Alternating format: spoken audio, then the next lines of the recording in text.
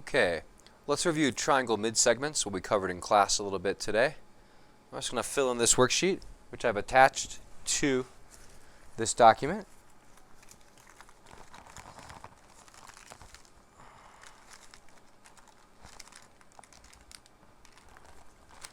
Okay, so I'm going to fill this in. Now it's about, this says a midsegment of a triangle is a segment connecting the midpoints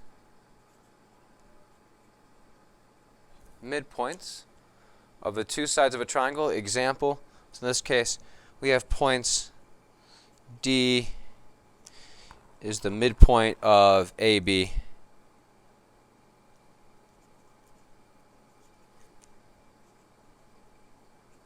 Because it's one dash below, one dash above. Now next here, we say if a segment joins the two midpoints, the midpoints of two sides, then the segment is parallel, the third side, and half as long. Using the diagram above, if DE is the midsegment of triangle ABC, then what do we know?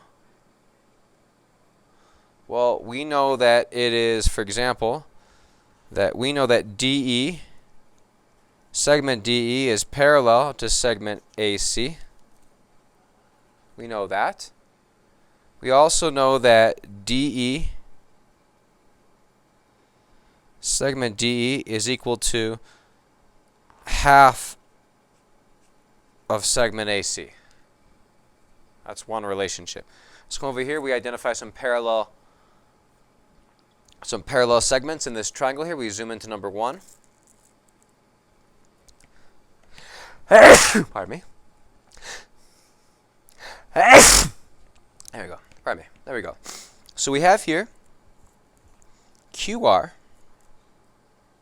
This is parallel to WY. And those are the same here for a lot of them. We'll do this next one. So we know QS is parallel to XY. And we know the last one is RS. This has got to be parallel to XW. There we go. So that's how we find the parallels. Let's try a little harder now. Let's go to number 3. So we say this triangle PQR. We know PR is 46. So this is 46 down here. That means LM is half of that. So that's 23. That's 46 over 2. That's how I got that out. So MN is here. MN. Well, we know something though. PQ is 40. That's 40. So that means MN is half that. That's 20. QR. We know that, for example, LN is 17 here. That means QR has to be twice that. So it's 34. And finally, we have MR, which is also going to be 17. Because for this to be 34, this has to be 17, and that has to be 17. And let's finally do number 5 here. Recap on our midpoints. We have that, we know that this is the midpoint, so we look here that 7x.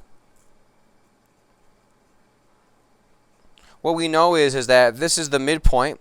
That means we need 2 of these to equal one of the main ones. And so we solve like that. We know that 14x is 2 times 7x. Pardon, I forgot that x there. And that equals 17x minus 18. I subtract 14x from both sides. I get 0 equals, equals 3x minus 18. I add 18 to both sides. And I get, if I bring my work over to the side here a little bit, I get that 3x equals 18. Just continue my work over here. And then I divide both sides by 3. X equals 6. And if you do number 6 correctly, you should get x equals 14. Okay, that's the wrap-up of mid-segments today. That's what we learned today. You can catch up on our notes, and I hope to see you soon next class. Thanks for checking in on geometry.